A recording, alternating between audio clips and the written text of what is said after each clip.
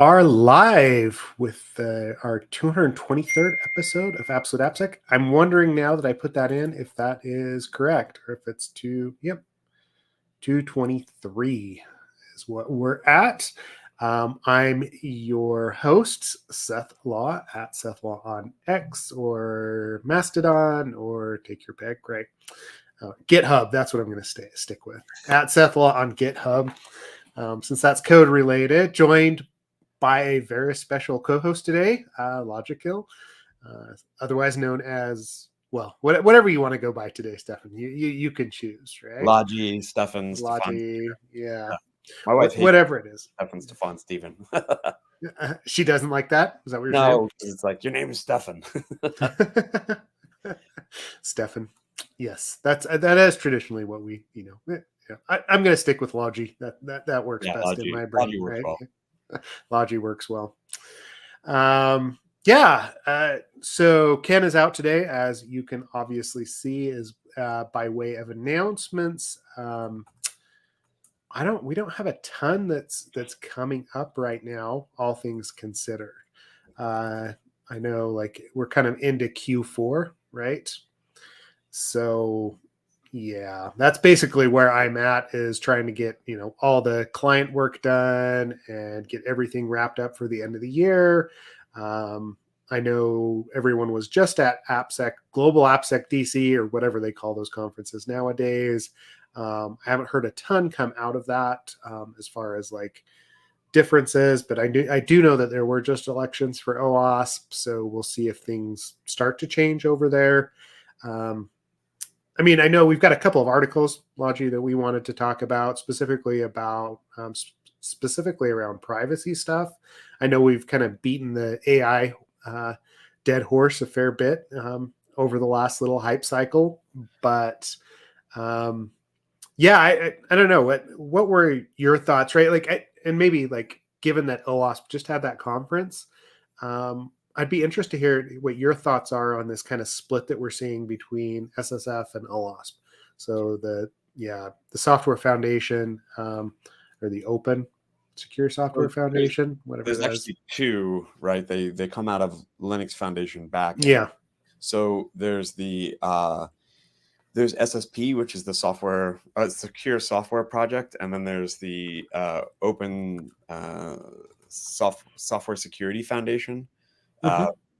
So basically, SSP is like the program home for where a bunch of stuff lives, and then SSF is a sort of collaborative effort towards something OWASP-y. It's a little lossy compared to that, but it's basically that.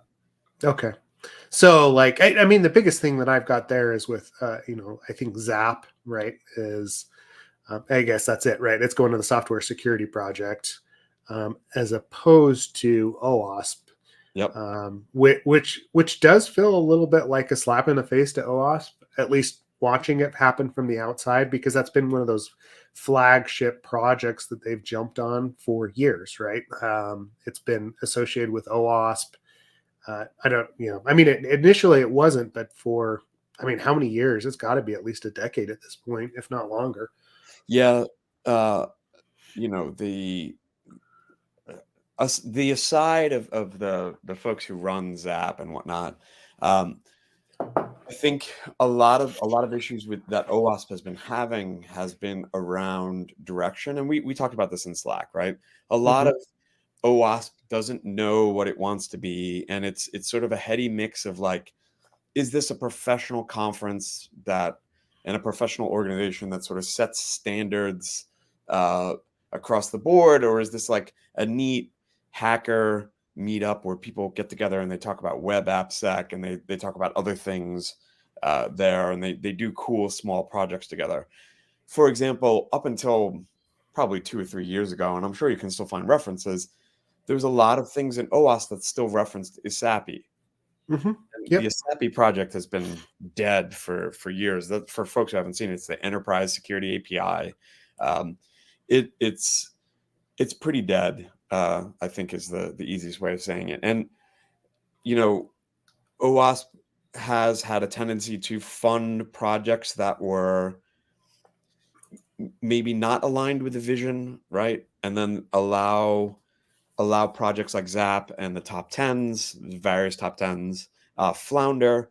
And I think even more generally too, the top 10 has persistently been at the state where like the web top 10 by Brian Glass, who's been on the podcast a few times, has Yeah. is like sort of good. It's a well-known quanta, it's backed by data, etc.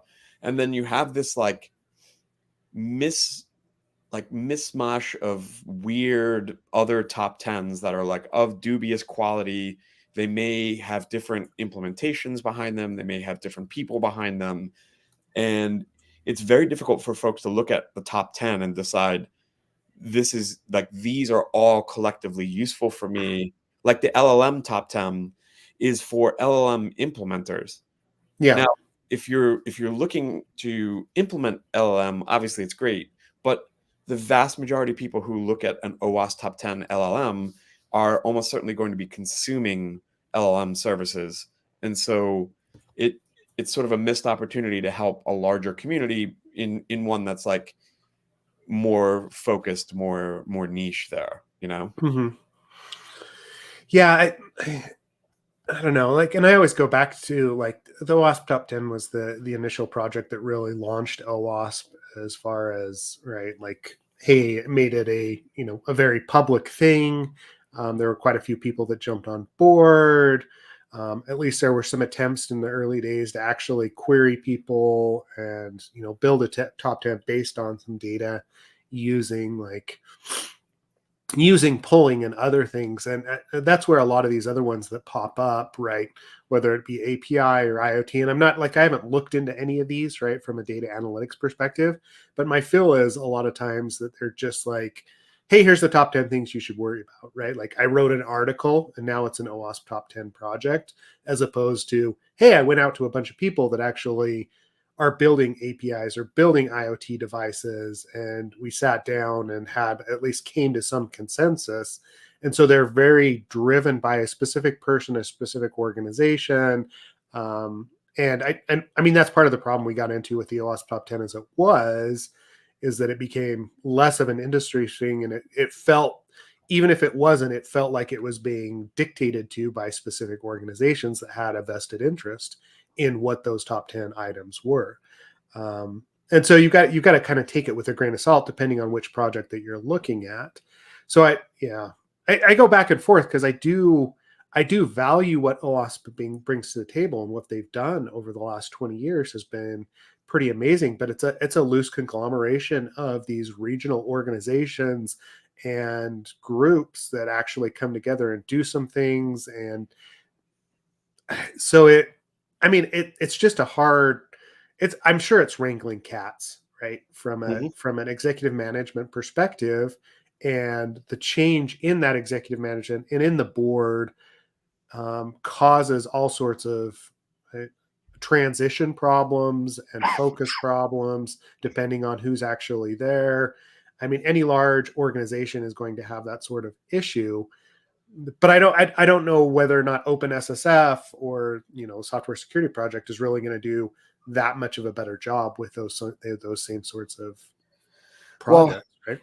I think a big difference and a key difference between SSF and OWASP is that there's a larger number of people who are paid to work on it, and Hmm.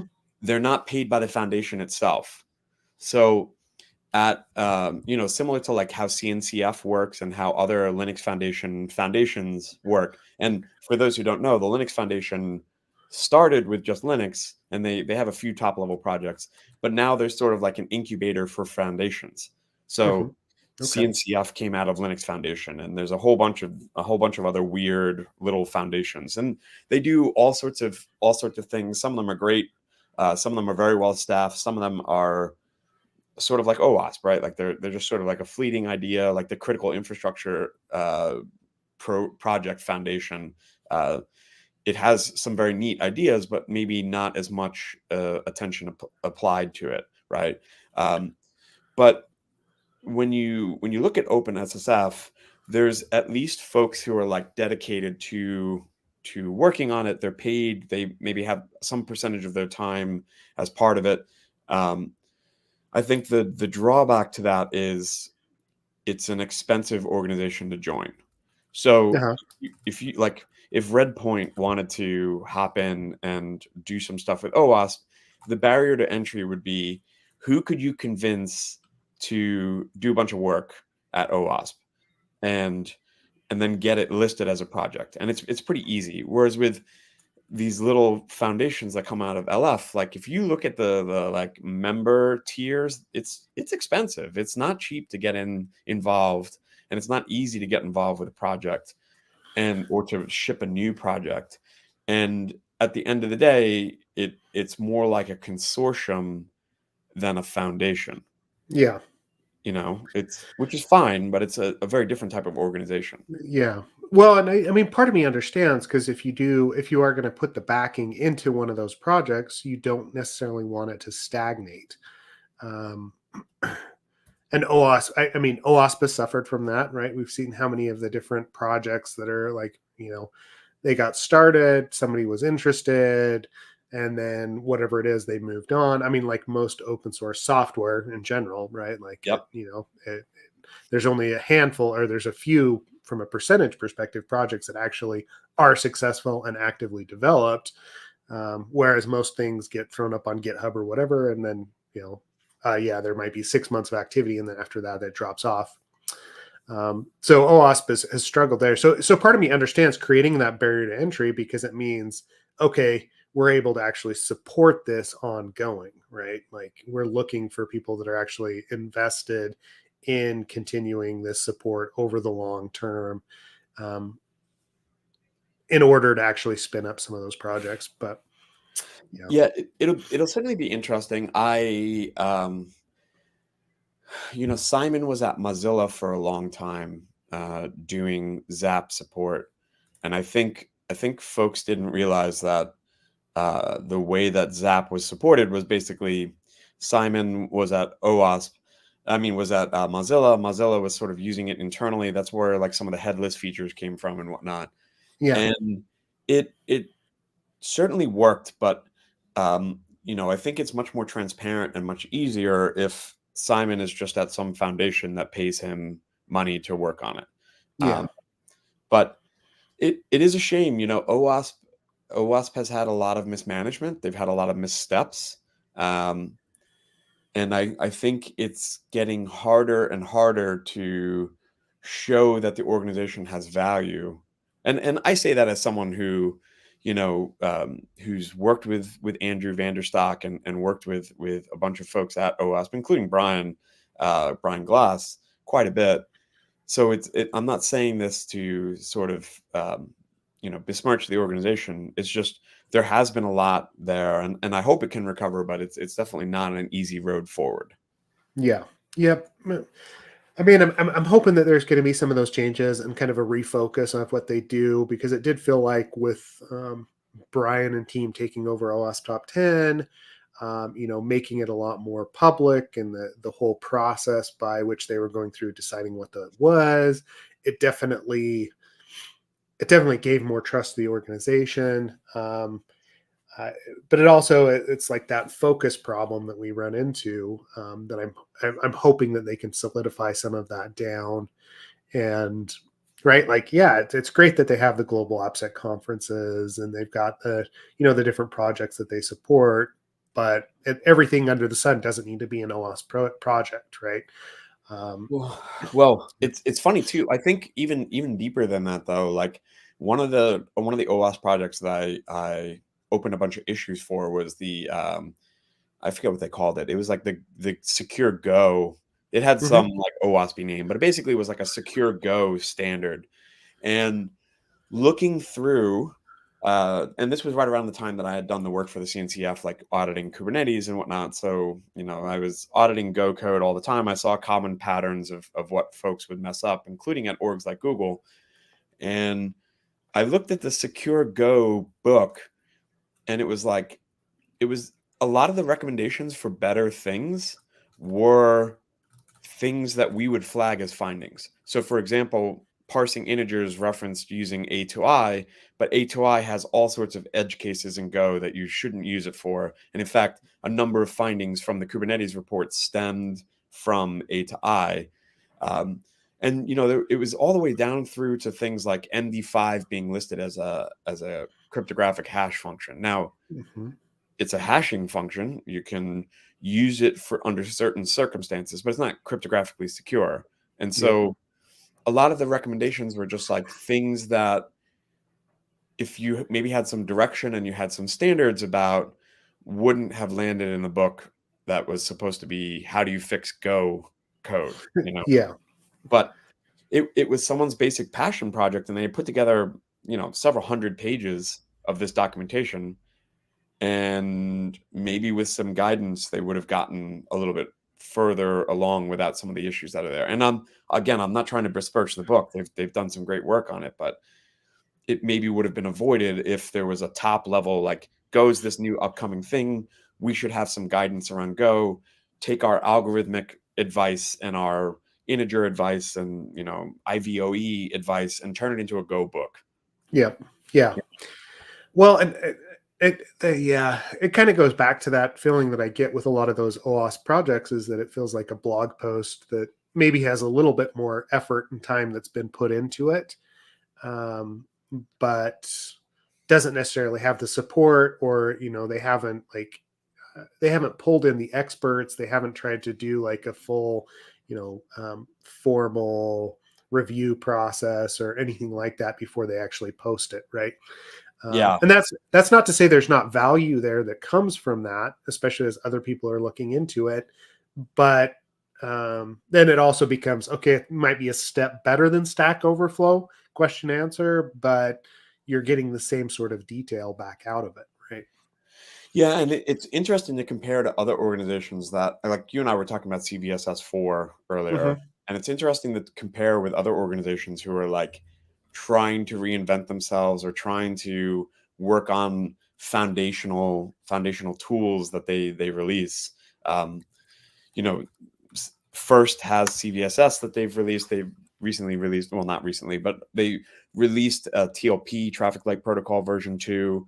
Like they're working on similar things to what OWASP is working on, and they are able to deliver on what they expect versus OWASP, which is sort of floundering in direction and sort of hurting across the board there, Yeah. Well, I mean, it's hard to separate out OWASP from like the different kind of components that you deal with on a daily basis. Like, so as in AppSec, right? Like when we're talking about OWASP, like there's the regional groups, right? Like I'm involved locally with the Salt Lake City chapter, right? Like we do monthly meetups, we talk about stuff. It's not as formal as some of the others, like the DC or the Nova group, or some of the others that I've dealt with in the Bay Area, where they have like a huge structured, right? Like these are the chapter leads, and they have secretaries and all this other stuff that goes into it. So depending on where you actually run into OWASP, it may be that, it may be the project specifically, and separating out, okay, what is the direction for this organization, right? Like, is it a community like organization with memberships that is mostly focused on awareness? Is it a huge, is it focused on these projects and the top 10? I don't envy the guys on the board, right? Or the board members trying to wrangle all of these different, disparate activities into a coherent, like, hey, this is what OWASP is and what we want it to be, what we want it to be represented as. Because that's the other question, right? Like, are you an actual OWASP member, right? Like, do you know that off the top of your head? So I actually do know that for a fact, that despite all the contributions I have given to OWASP, the number of times I've spoken at OWASP conferences, the work that I've put into OWASP, I am actively not a member of OWASP itself. And it's a personal choice, right? I did not join OWASP because I long ago felt like we sort of needed to make some of these changes, and I hadn't joined OWASP, and I've never been convinced that joining OWASP would actually do the things that I would like it to do, Mhm. and it's easy to throw stones from the outside, right? But Yeah. I do think seeing some of the things that I've seen in Slack and some of the commentary back and forth, uh, for a while, OWASP had a transparency issue. I think Andrew Vanderstock has done a ton to fix a lot of that transparency feeling, but now it's sort of like open Pandora's box of like, there's a lot of issues in this organization, and transparency also means that people will actively look at the Yep. issues and comment upon them and take umbrage with them. And so it's been sort of validating as to why I didn't join OWASP in some way previously. Even though you would think that someone who spent time helping with so many of these projects would have like forked over the money to just be a member of the org. Yeah. Yeah. But Well, no. I mean, it's fine, right? Like, because that's kind of like the feel that I get from a lot of people in the industry. And it'd be interesting to do a poll even on like the Absolute AppSec Slack to see how many people are actually members of OWASP, because I know there's a lot of us that go to different meetups. I even know that the local like OWASP chapter here, we probably have, I mean, of the people that are on the membership rolls, I only think a small portion actually come to the meetups. Yep. And then on a monthly basis, the people that are in there, they're actually members, are probably mostly the chapter leaders, right? Hmm. Like there's a lot of people that show up and they support the local group, but they don't necessarily sign up for the national organization, which is another like, okay, that gets you into kind of a strange, again, from an executive like board perspective. Like, how do you add value to those chapters, to those people that would be paying membership dues? What is it that gets there? I would venture to argue that more people probably pay their CISP dues than pay OWASP dues, right? Yep. Yep. Even though CISP in general, the only thing that they're providing is that certification letter that you're a member of ISC squared, and you passed your CISP however many years ago, but you just want to make sure and maintain that. So for your next job or whatever it is. Um, Yeah. but Literally. then, And yeah, go ahead. well, and the worst part about it is, very often CISP is bemoaned for what it is, and I do think at times CISP is misapplied. I think people think that CISP provides you with like the like you're now a security practitioner, when in reality CISP is basically a good baseline of definitions so that you have some common concepts shared across the board, right? CISP is great for that. And I've always appreciated when I see a CISP with like who's not in security, right? Because I know I don't have to explain, for example, PKI, because they Yeah. pass this thing, but I would never say that they therefore are a security practitioner. Whereas OWASP, I would be very wary of OWASP offering any sort of accreditation or any sort of like standard. And it's always scary to me when you see that like PCI requires an OWASP top 10, or a client uses OWASP top 10 for things, even though it's a better standard now than it used to be. Hmm. It's a Yeah. weird space, right? Yeah, it is. And like, I mean, yeah, honestly, there's some good things that have come out of it. I don't know. I go back and forth, right? Like, as far as like what that national org should do, especially when you see some of the drama that's been involved with it, like over the years. How do you actually take that and leave the baggage and move it into something that is actively improving the community, actively improving, everything else that goes along with it? Because there are pieces that do, right? Like, I find like the OWASP top 10, for example, to be incredibly useful for training developers, to giving them an idea of what they should be looking for. It's a good approach. And But it's also not necessarily a checklist. You've got the ASVS that's also great for testing, right? There's so many like of these little pieces that have come out, OWASP SAM, right, that help you as a practitioner, right?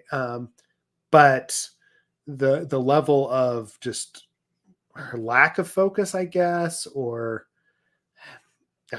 I don't know what else to say on that, right? Like outside of there are good things, but you have to kind of take it along with the bad. Let's see. Yeah, Yeah. it's a shame to, and also for SSP, SSP and SSF, SSP more so, has definitely consumed some early OWASP heavy hitters. Like Mark is over there, Mark Cuffrey. Yeah. Simon Bennett's from Goodness, Zap is over there now. So I think as much as SSF, OpenSSF, and SSP are like interesting projects, I also think some of the rivalry that we've seen in Slack and some of the commentary that we've seen have been because some of those like OG OWASP members have left to go to SSF and SSP, which is not Yeah. helping things, Yep. Um, yeah. Sorry, I got distracted in Slack. I asked, okay, how many people are OWASP members here? And of course, Brian, like InfoSec Dad, raises his hand first up. I'm like, Right. okay, of course, I know Brian is, right? Like, and Yes. like there was a comment on YouTube as well, right? Like, or in chat, right? Like, basically somebody said, or MapKXync, XYNC, That's Mark whoever it is, Hoops. right? That's Oh, Mark it is. Hoops. It is. It's Hoops. Sweet. He That's just Mark said, Hoops. Yeah. yeah, Mark's awesome. I saw him at SaintCon recently. So Yep. anyway, he said, I need OWASP to exist as an objective source of security advice I can reference in reports and conversations. Basically, the cheat sheet series is irreplaceable. And I would agree with that, right? Like there are pieces of OWASP, like I was saying, that are so incredibly useful as an AppSec or a ProdSec practitioner. But to your point, Logi, about the Go like cheat sheet or whatever it is, Go book that was put together, the level of expertise or the level of professionalism in those is not super consistent, right? So you got to take it with a grain of salt. Well, Yeah. and the cheat sheet itself, while good, the cheat sheets are fantastic. Like Mark said, they're irreplaceable. They're very, very good. But the cheat sheet itself very often have not kept up with what modern XSS looks like. To pick on one example, right? Yeah. We're seeing fewer and fewer like UTF-7 or ISO 88591 style like misjudges of characters, and we're seeing more like gadgetry in XSS bypasses, and Yeah. there's no real coverage in the testing guides and the cheat sheets. There's some, but there's not as much there as there is for here's an exhaustive list of all the weird UTF-8 canonicalization bugs that you can have. Yeah. Um, Yeah. so Well, yeah, part of that is a maturity issue, right? absolutely, Like, because like again, yeah, the focus of whoever put together that specific cheat sheet was probably really good at the UTF-8 canonization. They had used that, and some of that isn't making it back in there. Like the gadgetry that you're speaking to, what's coming out of the bug bounty reports doesn't always make it back into those cheat sheets, and it feels like there is a division of like application security, product security, like talking to Jason Haddix about the bug bounty community at large uses OWASP, but not really in the same way, right? The where they're publishing research, where they're putting together their lists. You see a lot of projects dedicated to finding very specific bugs, and the aggregation of that data is not necessarily happening in the same way from yep, that community as it has from the consulting community, which seemed to focus on OWASPs for a number of years. So we've got a gap that's starting to happen there. And I mean, again, it's maturity, the community or the the world at large has changed and has moved past some of that. And like, honestly, like this is a huge pet peeve of mine, as it is from I read a lot of reports perspective, my own, plus like other, past reports that have been released in the last couple of years. And a lot of the recommendations, a lot of the descriptions of findings in general, to your point, they actually miss they go off the rails, and they don't necessarily address what's really going on under the hood, right? Recommendations harken back to the cheat sheet series. That's great. But they also start talking about like output encoding, or right, like input validation, which it is all still valid, but don't necessarily dig down into the level of the gadgetry of what's actually going on underneath the hood. It's an SVG. It's something else that you've actually got to process. It's not just, this simple input validation of greater than and less than signs, right? If we're talking about the cross-site scripting example. Yeah. Don't sputter on your input there, but Yeah. Yeah. for Yes, those who don't know, Seth has a project Sputter that does. that is also a dead open source project, right? No, it's not completely dead. I still use it for stuff, but right. Well, you know what? That would be a very funny talk to give one time. What's the oldest project that you've still like had confirmed kills from an application? Mine is one. It's the first tool that got me out of like underground, script kiddie sorts of like IRC style hacking, and into actually like being a security professional. It was this tool called lojis, and it was for Lotus Notes. And the scariest thing is I wrote that in 2006, somewhere right around there. And, I used it in consulting when we ran up against Lotus Domino. And then a few years ago, I ran into a Lotus Domino server on an engagement. And I was like, there's no way this thing still works. And I had to figure out how to install Perl, first of all, like a version of Perl that worked well with lojis. So that's the age that we're talking about here. Yeah. And I had critical findings. It was dumb. I should not have had anything out of that. And yet it was still working over 10 years later. And I just listened to Command Line Heroes. It's a podcast as well. And they were talking about Satan. Do you remember Satan? Oh, yeah, of course I remember Satan. Right. And it's like they had the guy who wrote Satan on there. And he was talking about how every once in a while he'll fire up Satan and still score. Still find some stuff. Yeah. But it is funny. We have these tools and we sort of carry them around, but they still do stuff. It's just, I also think in some ways we've sort of moved past the like, I need OWASP to give me the cheat sheet stuff. And it's more of like, I'm going to look at sec lists. I'm going to look at maybe some targeted things. I'm going to look for like XSS gadgetry. I'm going to try to annoy Neil, who I saw was posting in chat.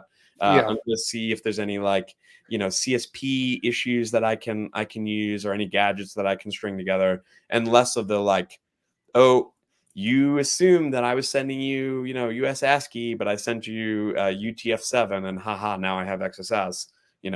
I think that time from OWASP has sort of shifted, and we're now more of a like, we need an organization that's actively setting direction. And I don't think that's been there as much. I do have a lot of faith in Andrew to set it, but yeah, it'll be interesting to see where OWASP goes in the future. Yeah.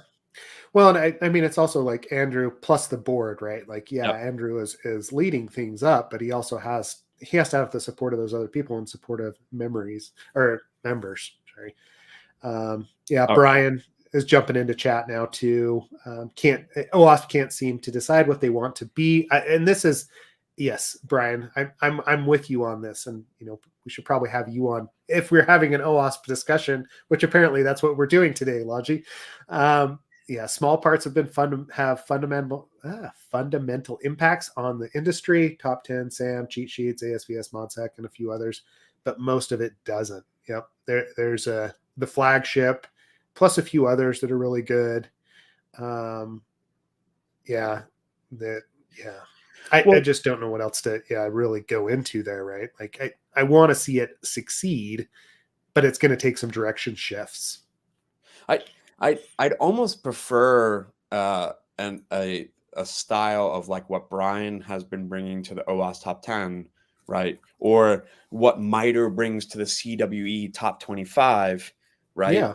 Of like, okay, let's take all the CVEs that we have for the year, and then let's look at all the CWEs that are referenced. And I know CWEs are lossy and there's problems and yada yada, but at least they're saying this is what we've seen over the Hmm. last year, and maybe you should look for these sorts of. It's not to say that the rest of CWEs and the rest of CVSS and the rest of CWSS and CVEs are useless, but these top 25 things or these top 10 things are useful. And I wish OWASP would bring that sort of guidance to it.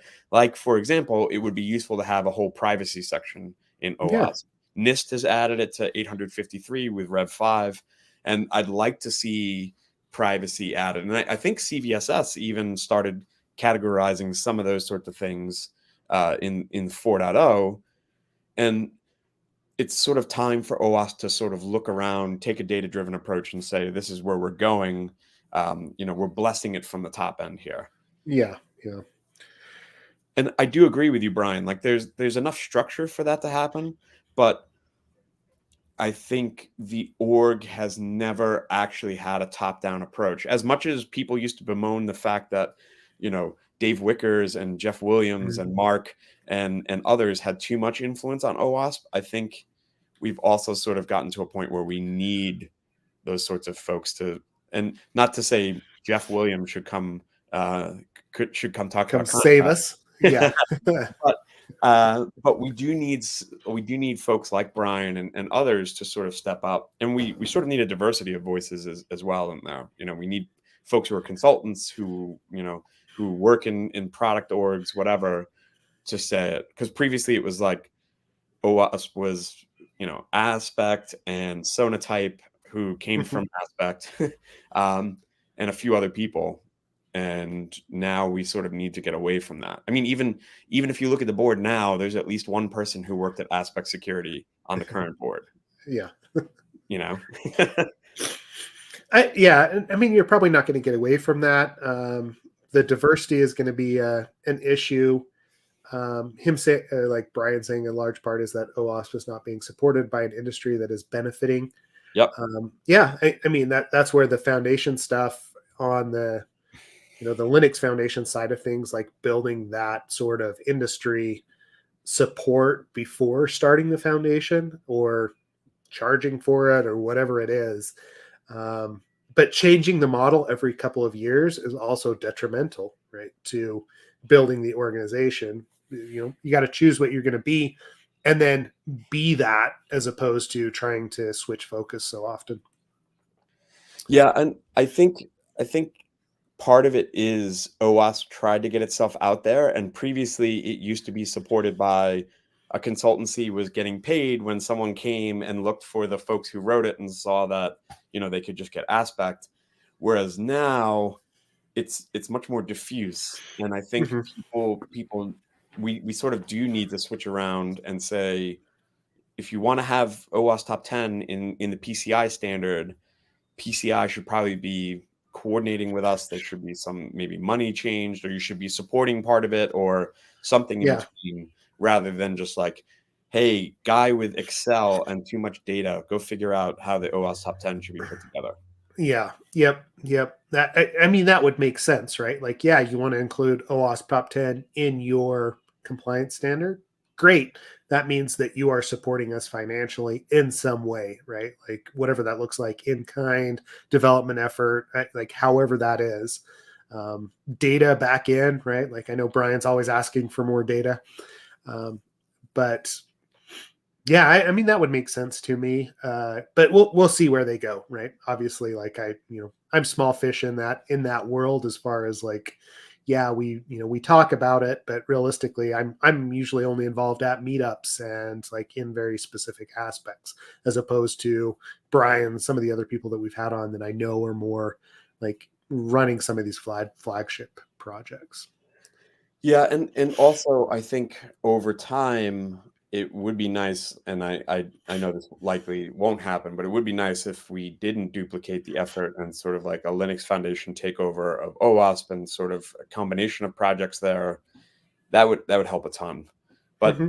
we definitely, like, the current situation is untenable, and the open letter to OWASP sort of went over a lot of these sorts of points too. But I think the the concern I have is because of like what Mark said, what Brian is saying, what others say, of how foundational OWASP is and how much reference literature there is.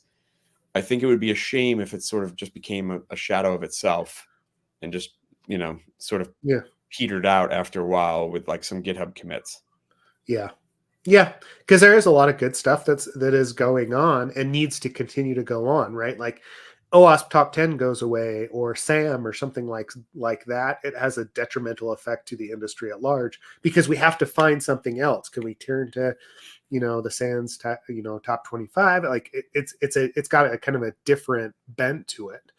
Um, yeah. So I don't know, man. I like it's an interesting thing to watch from like being a small fish or kind of from the outside of what's going on inside the organization, and then trying to figure out where I need to place that internally, and as someone that's running a consultancy, that's running an application security business, how we actually use it, how we actually support it so it's there in the future becomes my question, right? um, because we do get asked to do OWASP SAM assessments. We do use ASVS. We modify it, but like it's the basis for a lot of the work that was done on a daily basis across the industry. Having it disappear would be monumental. It would be a huge detriment to the industry. Yeah. Did you want to switch to privacy or privacy now? Yeah. Let's switch over to privacy, since that's what we initially were going to talk about, and I was teasing out. Well, Um, yeah. and also I'm actually like, I read So This Is How They Tell Me the World Ends by Nicole Perlroth. I was fairly disappointed, honestly, for a number of reasons. We don't have to get into it. I think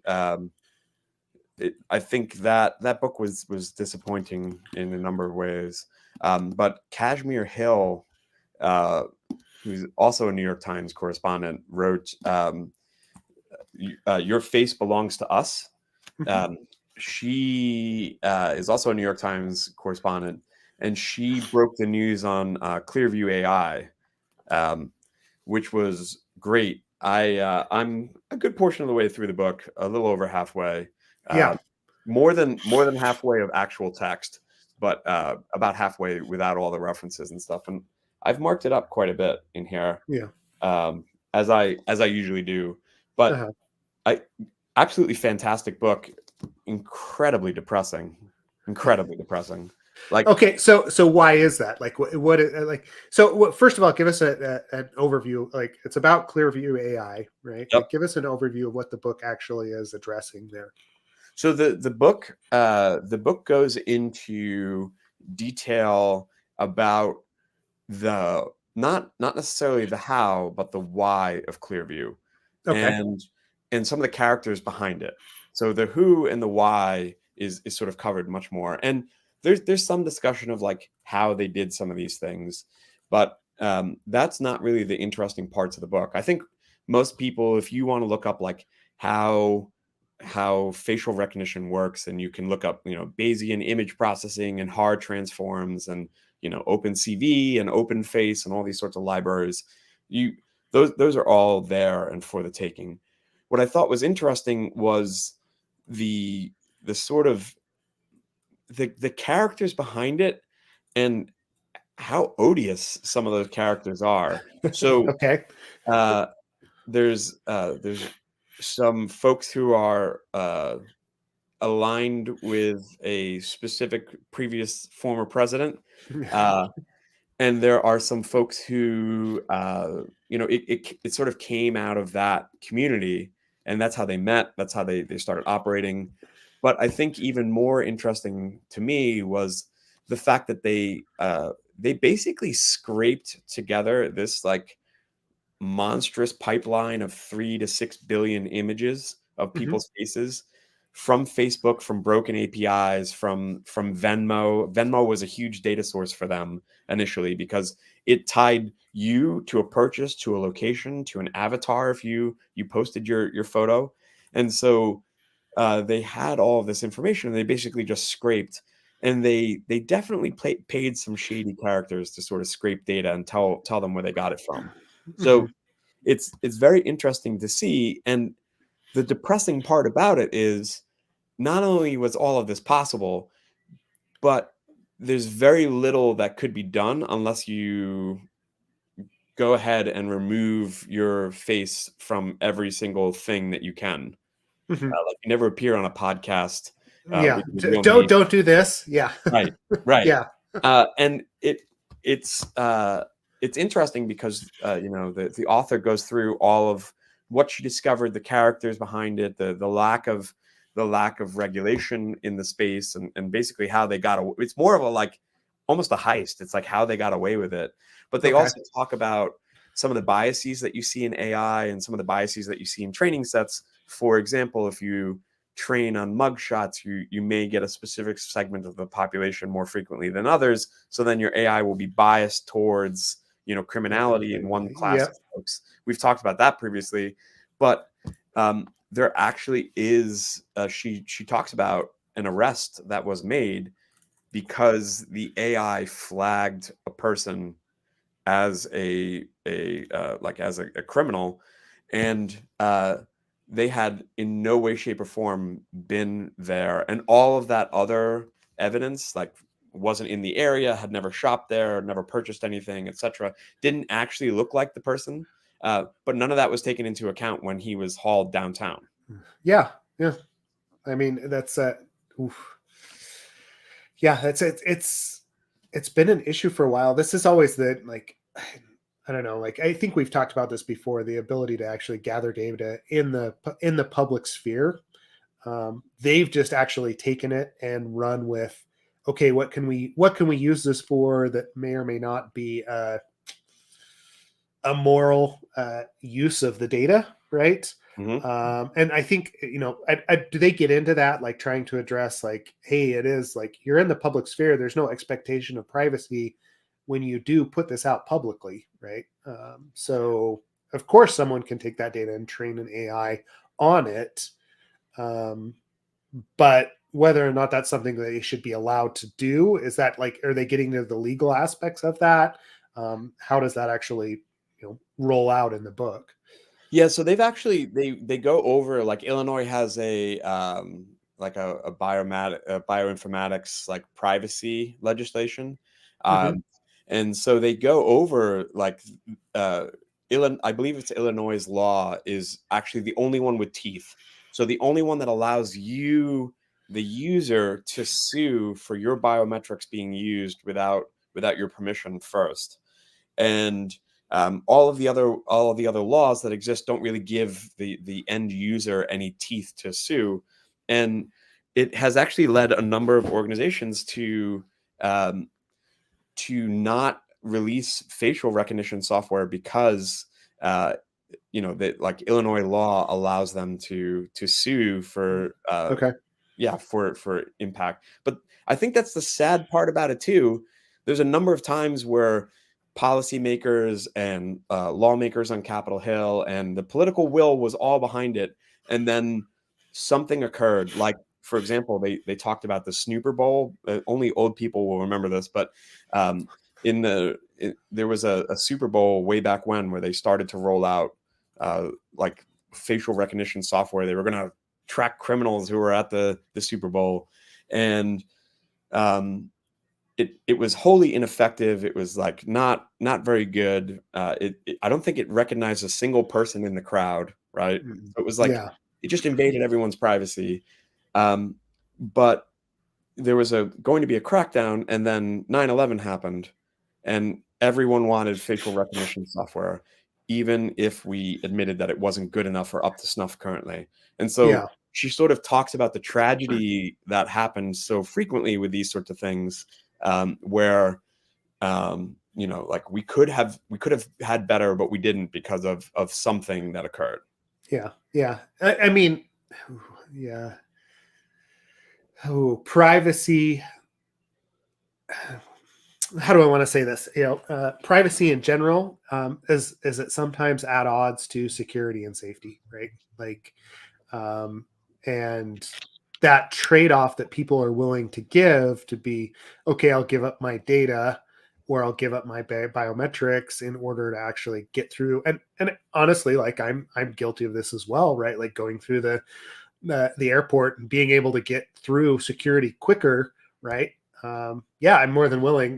Like they scan my face. They're doing a comparison of what I am based on the other data that they have about me. All that also, I don't have to spend an extra 15 minutes, half hour in line, right? And that's the trade-off that people start to make. And when it becomes easier to give up biometrics to do that, of course people are going to make that decision, even though they probably don't, and I probably don't recognize fully exactly everything that they're doing with that data behind the scenes, right? I'm sure it's using Clearview AI somewhere behind the scenes to actually identify and match me up with every other picture that's out there online of Seth, right? Like it is happening. And it's a little like disconcerting when I start to think about it.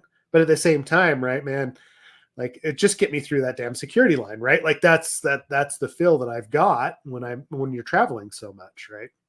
Uh, Uh, I've never given up my face for it. Obviously, they've scanned my face at the airport and whatnot, but there's no point because even when I've had pre-check, I've always gotten randomly selected for extra screening, and uh-huh. so I've decided that I'm never going to like do one of those programs because there's no point. Even when I have pre-check, they've always pulled me aside and dumped my bags. I've had to take my pants off at the airport and stuff. It's like, you know. Um, I got full body frisked in both Spain and Turkey. Like, yeah, Oh, so man. you know, I'll take the privacy aspect as well. Yeah. But it's fascinating too because one of the things that she talked about was that I thought was fascinating was Clearview knew that they were going to run afoul of like Apple's like App Store regulations. So what they did was they got an enterprise cert, and whenever you wanted to try it out, to demo it, or to use it for your organization, they were literally sending enterprise signed mobile binaries around for people to install. So Uh-huh. it's like you don't even know if you were getting an official app. Like it could just be like one of the guys at Clearview is or was building this for iOS, and you would just like install this random binary on your machine. It's like it's very fascinating how they built an interesting technology basically out of open source and scraping, and then Mhm. they also had very few security controls that we would like. I don't want to know what their internal network looks like. Yeah, yeah. Well, if that's the case, if that's what they're actually doing, this also like feeds into the latest like AI hype cycle, though, right? Like, Yep. hey, all this data that we scraped, like they did it with images, but OpenAI has done this with data that's out online with all the books, like copyrighted material, code, right? Like Copilot's another question. Like, what is it actually training that data on? We don't have a lot of transparency into that. And then also the security around that when they've scraped all that data, because those are just massive troves of personal information that they're sitting around somewhere, even though they get excluded from the training model. They're probably for OpenAI specifically, like if we're talking Chat GPT, they're probably using that in different models, right? Like, that they're going to behind the scenes. It's just not publicly available. Well, I think what's the funniest thing about this book, though, is the author actually knows what open source like. So when obviously I worked at GitHub previously, so I know a little bit of like what went into Copilot, what tools are in there, but it's not necessarily fully in the public domain. But what's so funny about this book is she goes over the fact that it's basically OpenFace and dlib and a few other basic libraries that anyone can get, and the thing that set them apart was their corpus management, which Yeah. is when you talk about AI, what a lot of people don't want to admit is a lot of it is corpus management. A lot of it is like tagging data. That's why there was the whole controversy around OpenAI paying people in sub-Saharan Africa $2 an hour to tag things. It's because you actually need this. No AI is actually like smart enough to do it on its own. And it was fascinating that, you know, she's like, yep, they use dlib and openface and a few other things.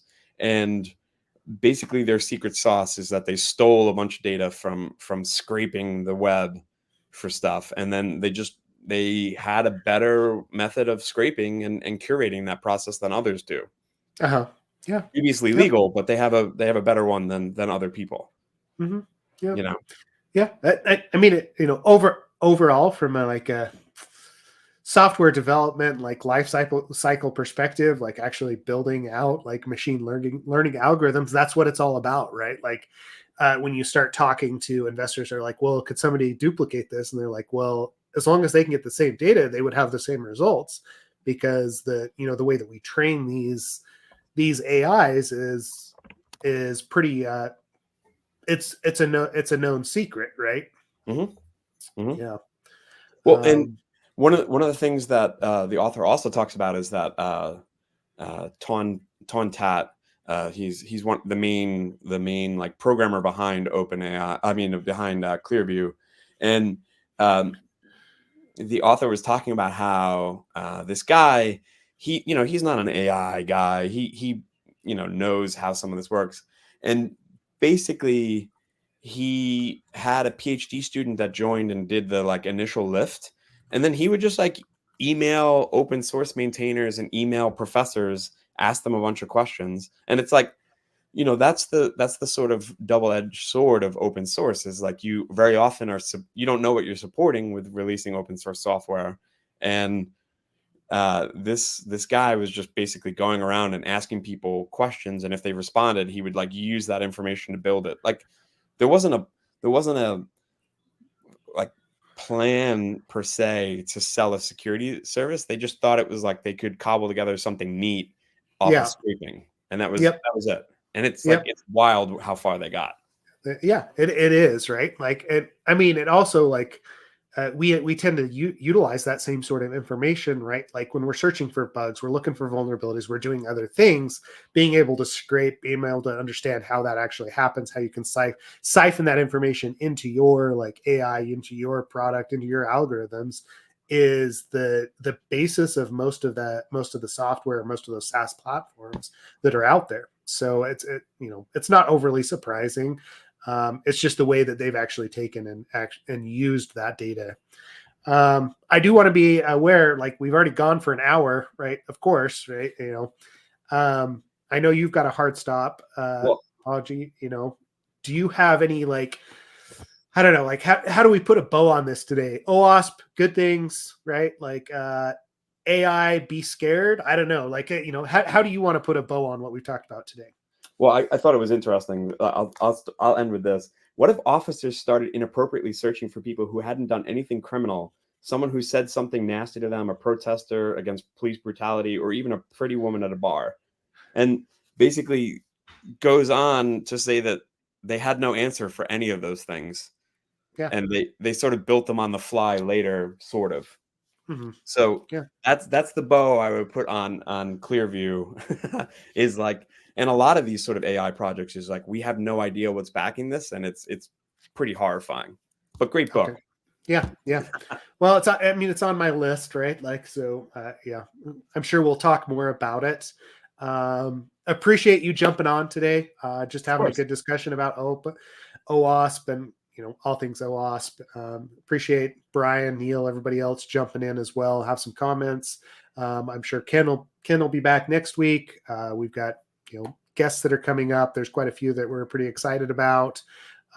Logi, I'm sure we'll have you back on at some point. We still need to do our like midwinter nights con. I was gonna say we need to do a con. Yeah. That's at some point that'll be in the works. Maybe we do it early. Yeah, we'll figure that out. Like more to come there. We've been talking about it for a while. We Yeah. should just name one while Ken's not on the podcast, so That's that there we go. Yeah. he's Yeah. held to it. We're going to do Midsummer's Night Con on June 9th. I don't even know what day of the week that is. Yeah. 2024. Yes. Yeah, that sounds good. That'll work, right? Yeah. It's going to fine. be we're going to be camping somewhere. I don't know. Yeah, right. Like, yeah. Oh, goodness. It's good. Yeah. Good times. All right. Yeah, thank you so much, Seth. Yeah, thanks for joining. Thanks everybody for following, and join Slack if you haven't. We'll continue the discussion there. Otherwise, we'll see everyone next week. Ciao.